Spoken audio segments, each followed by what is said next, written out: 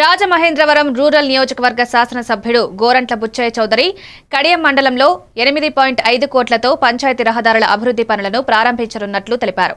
Vemagiri దామిరెడ్డిపల్లిలో drainage రహదారి పనులకు అదనంగా నిధులు మంజూరయ్యాయి.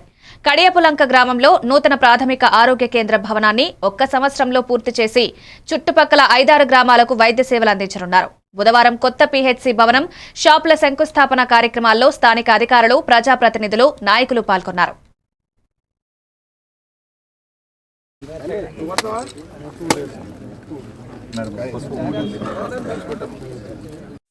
రాజకీయాల్లో కొనసాగుతున్నాను.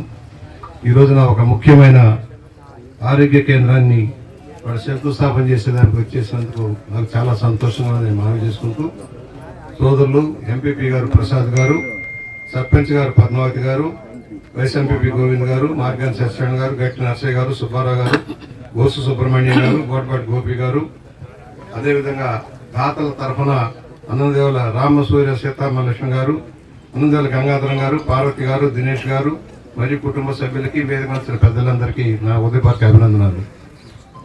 ప్రాప్తం అంటారు దేనికైనా. 2 నెలలుగా వెయిట్ చేస్తా ఉన్నా. మంత్రి ఇవాళ మరలా సుబ్బారావు గారికి ఏంటంటే 8,50,00,000 రూపాయలతోటి పంచాయతీ రోడ్లు అయిపోతున్నాం. పంచాయతీ ఈ ప్రాంతం కడియం మండలం వరకు 8,50,00,000 రూపాయలు అలొకేట్ చేసాం. అలాగే వేమగిరికి ఒక 80 లక్షల రూపాయలతో డ్రైనేజ్ శాంక్షన్ చేసాం. అక్కడ ఆ గ్రామాలకు 3 కోట్ల పనులు వేమగిరిలో అవుతాయి. మీకు ఇది కాకుండా మొన్న దామిరెడ్డిపల్లి 1,80,00,000 రూపాయలతో దామిరెడ్డిపల్లి సిమెంట్ రోడ్డు వేసుకున్నాం.